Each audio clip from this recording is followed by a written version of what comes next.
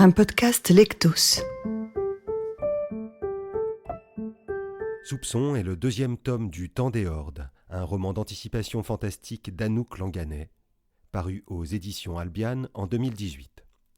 Il est ici lu par Pierre Leblois et Maya Fred, avec la participation d'Anouk Langanais et Jackie Lemaine. La mise en musique est assurée par Laurent Guérard. Première partie.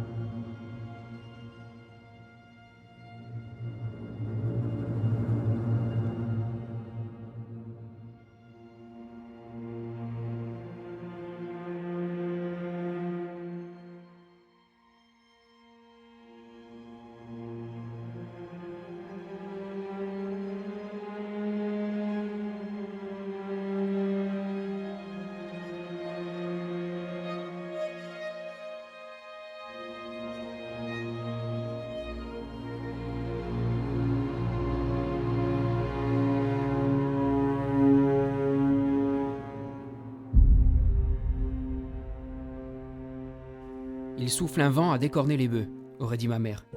Sauf qu'il n'y a plus de bœuf et que je n'ai plus de mère. Perché au sommet de la colline du Vatio, au pied des cheminées en ruine de l'ignoble centrale au fioul qui encrassait jadis les poumons ajacciens, je contemple la ville qui s'étend à perte de vue, rongeant une colline après l'autre comme une maladie de peau. Des hangars, des centres commerciaux, des barres d'immeubles laids, d'autres hangars, le chantier du futur Giro Market, un réseau de tapis roulants à grande vitesse qui reliera entre eux les centres commerciaux. D'autres immeubles laids, encore plus de hangars, et mon lycée tout neuf. Plus un arbre, plus un champ, plus un hectare de maquis, à part ceux que l'on voit brûler à l'horizon derrière ce qui reste du mont Gotze. Plus de 1000 hectares partis en fumée dans le secteur en 5 jours. Un balai permanent de dromadaires jaunes vrombit en aspergeant les flammes du matin au soir. Parfois le feu s'éteint, puis le vent se lève et le feu repart. C'est inévitable. La canicule a laissé l'herbe, les arbres et même la terre brunie et desséchée comme pré-cuits. Il n'y a plus qu'à les réchauffer. Depuis l'autre versant de la colline, la vue serait moins glauque. Je pourrais regarder la mer, le port, la citadelle, le vieux centre-ville d'Ajaccio. Mais c'est de ce côté que l'on m'attend, que cela me plaise ou non. La rentrée a lieu à 9h.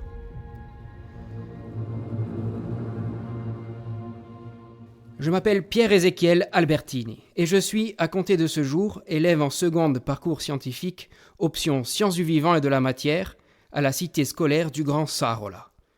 Un empilement étrange de vastes cubes de résine noire aux reflets violacés, hérissés de panneaux solaires mobiles et entourés de pelouses synthétiques multicolores. On croirait qu'un bébé géant a abandonné ses jouets sur un immense tapis d'éveil. Pour être honnête, ce bâtiment ne serait pas moche dans un cadre adapté. Sur Mars, par exemple. Enfin, il me semble. Mais comme l'aurait dit mon ancien ami Alex, je suis un vieux con de 15 ans. Allez, pas la peine d'arriver en retard, ça n'arrangera rien au tableau. Je ramasse mon sac, je me faufile par le trou de la clôture et je bondis sur mon vieux vélo électrique pour dévaler la colline.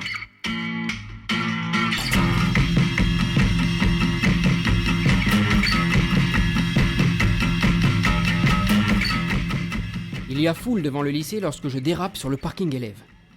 Le bâtiment est imposant vu de près. J'aimerais jouer les blasés, mais j'ai la boule au ventre.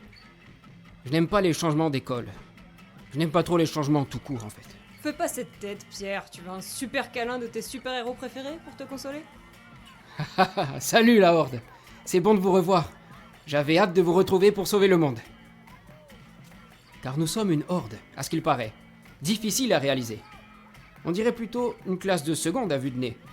Enfin, sauf Mokhtar, qui a le même âge que nous, mais paraît la trentaine avec sa barbe et sa silhouette massive. Autour de nous, je vois des petits groupes qui le regardent en coin et qui murmurent. C'est mon pote et c'est un ange. Mais j'avoue que sa maladie lui a donné une sacrée gueule de tueur. Je lui ai demandé un jour pourquoi il ne rasait pas sa barbe. Il paraît qu'elle repousse tellement vite que ça ne vaut pas le coup. Parce qu'il fait encore plus peur en version mal rasée. Mokhtar est notre colosse. Luna, notre stratège, celle qui va plus vite que la musique, ce qui la rend difficile à suivre. C'est une grande perche, toute maigre et pleine de tics nerveux, avec une drôle de bouille de sale gosse et des yeux noirs de manga qui lui mangent le visage. Tchétché est notre métamorphe, mi-fille, mi-gars. Impossible de trancher. Je commence à m'y habituer. Et Cheyenne est notre signal d'alarme. Son corps réagit à ce qui est mauvais. Elle est allergique au mal, quoi. Et moi, je suis le prophète, il paraît. Je me demande si ça passerait pour draguer. Salut, tu sais que je suis prophète ? Des fois, les pierres me parlent. J'ai beau me souvenir de tout ce qui nous est arrivé l'an dernier, j'ai beaucoup de mal à y croire. On dirait un rêve et je me sens réveillé. Pourtant, ça me fait chaud au cœur de voir ces quatre-là. J'ai hâte que les deux autres arrivent. Il manque encore Sevan, notre messager, le geek de service. Luna explique qu'il risque d'être à la bourre parce qu'il finit de télécharger un truc, bien son genre. Ce qui me tracasse plus, c'est que je ne vois pas Nadia, la sœur jumelle de Mokhtar. Ils ne sont pas inséparables, même s'ils s'adorent. Ils ont chacun leurs potes et leur tempérament, mais tout de même, j'aurais pensé, disons même espéré, qu'elle serait pressée de nous revoir. Nadia est belle. C'est plus qu'une description, c'est sa fonction. Elle paraît beaucoup plus que son âge, elle aussi. Et elle est la nymphe de la horde. Celle qui inspire le désir. Juste avant de partir en vacances, la horde a été assemblée. C'était un drôle de moment d'ailleurs dont j'ai un souvenir plutôt flou. Comme si un courant était passé entre nous qui nous avait à la fois nourris, affûtés et creusés. Je sais que ça ne veut rien dire, mais c'est ce que j'ai ressenti. Que nous étions plus aiguisés, plus réceptifs qu'avant. Bref, nous nous sommes ensuite séparés, mais j'ai revu Luna et les jumeaux à la plage le lendemain avant de partir au village. Luna m'a pris à part pour me demander ce que je pensais de cette fonction de Nadia. Justement, elle trouvait que c'était tordu, réducteur, voire misogyne. Je ne vois pas en quoi être bien gaulé serait un super pouvoir. J'étais bien embêté pour lui répondre. Nadia était devant moi, dans l'eau jusqu'aux cuisses, en train d'éclabousser son frère, et le truc me paraissait évident, mais pas très défendable. Surtout que je ne suis pas objectif. Je craque sur elle depuis que j'ai 5 ans. J'étais parti pour bafouiller salement, sans la moindre idée de ce que j'allais répondre, quand Sevan m'a sauvé la vie. Alors que je pensais qu'il ne nous écoutait même pas. C'est trompeur parce qu'il garde son casque en permanence. Il a dit, je m'en souviens mot pour mot tellement ça m'a plu, Nadia n'est pas juste belle, elle incarne le désir. C'est une force qui fait tourner le monde comme la peur.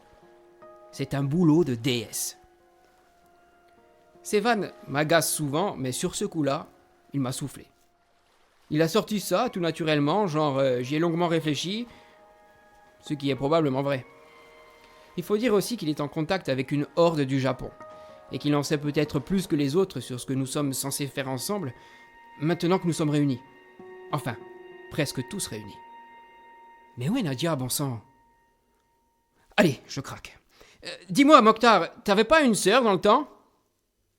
Mokhtar marmonne un truc indistinct dans sa barbe en regardant ses pieds. Là, je m'inquiète vraiment. Normalement, en me voyant lui tendre une perche pareille, il aurait dû me renvoyer une vanne cinglante du style « Pourquoi, Minus, ça t'intéresse, ma sœur ?» ou autre connerie du même genre.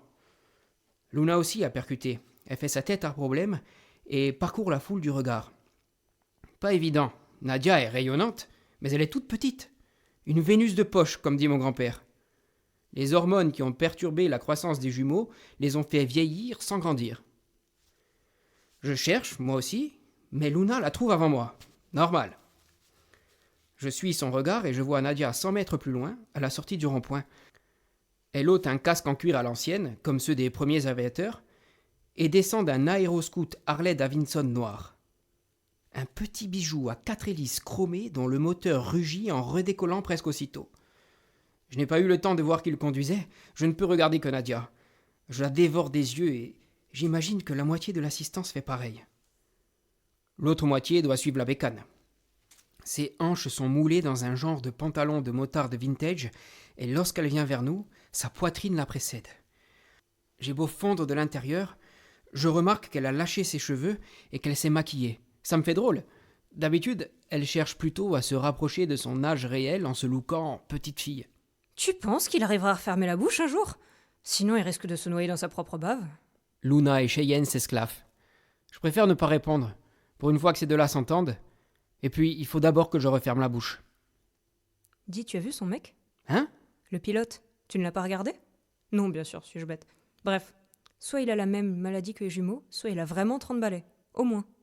Je ne réponds pas parce que Nadia se tourne pour me prendre dans ses bras et que, pendant quelques secondes, je me fous du reste. Mais je vois tout de même Mokhtar par-dessus ses boucles.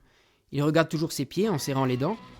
Il lâche tout de même un petit sourire quand Sévan se pointe, hors d'haleine, la chemise mal boutonnée et le casque de travers, et franchit le portail in extremis. Cette fois, c'est vraiment la rentrée.